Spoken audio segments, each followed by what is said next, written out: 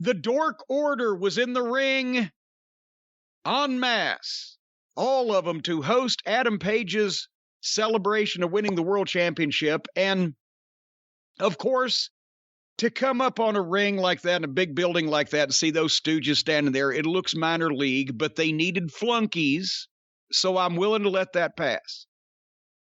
And they had a big Adam Page entrance. It looked like the 90s as far as signs. It really did. Have you seen that many signs, especially for one guy, in any one place here lately? There were a lot of signs. I didn't really think about it in that context, but certainly a lot of signs. There were a lot of them, and most of them were for Page. So that's good. And he cut the promo in the ring, standing in front of, not in the middle of, but he was featured out in front of the jobbers. He's got personality. He's well-spoken. He has a babyface delivery and a great smile and look on his face. He's finally acting like he's somebody. And this is what they needed all along. I'm sorry. It's bullshit about this. Oh, the reason why they like him now is because he was conflicted and he lost his confidence like all of us do. And then he drank, but he found some friends to take place of his other friend. Fuck you, fuck you, fuck you. If he had come out 2 years ago when he came out, they liked him, they cheered for him, they loved him. They wanted to see him be the champion, right? If he had spoken intelligently and seriously and only associated with top-level main event guys during all this period of time, they'd still like him just as much, if not more, because they liked him to begin with. And they wanted to see him win the title. And all the taking jobbers for ice cream and being a not even believable. That's another thing. People talk about this long-term story. Well, the long-term story was bullshit. Nobody believed it. Because nobody does run-ins with a fucking whiskey in their hand, even if they are fucking drunk. It wasn't believable. And they had him wasting his promo talent trying to tell this convoluted bullshit story. And they had him associating with irrelevant minor personalities, which main event guys don't normally do or shouldn't. So it's not like that story has gotten him over here. That story for the past 2 years has gotten in the way of what people wanted to see to begin with, which was him win the fucking belt. But anyway, people wanted cowboy shit before the whole drunken sad cowboy thing. They were ready for that. They were ready for what they're cheering for now 2 years ago. That's why they were chanting it. But now he's acted like he's somebody. And that's good. And he mentions that now, of course, next, because he's won the tournament for the shot at the title, Bryan Danielson, as soon as his name left Page's lips, the music hits.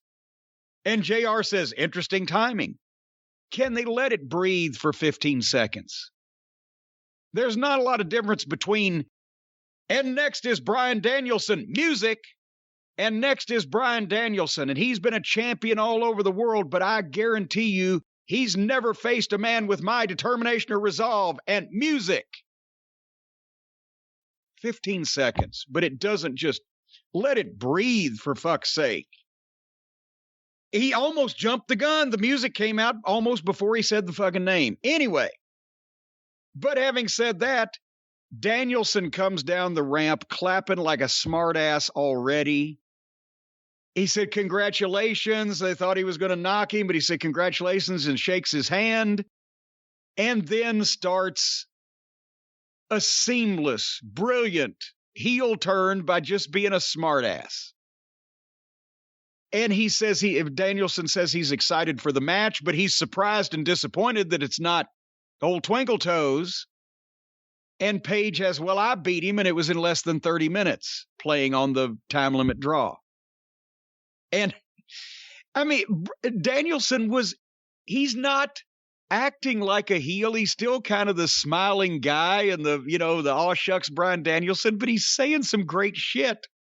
He's not going to be a guy that dresses like a Ghostbuster on Halloween, making fun of dipshit. He was kind of channeling Andy Kaufman there. Of course, Virginia boos hard work. And that type of thing. And basically, by the time that this finished, the people were booing the fuck out of Bryan Danielson, who just served the second course at the Last Supper last week, right?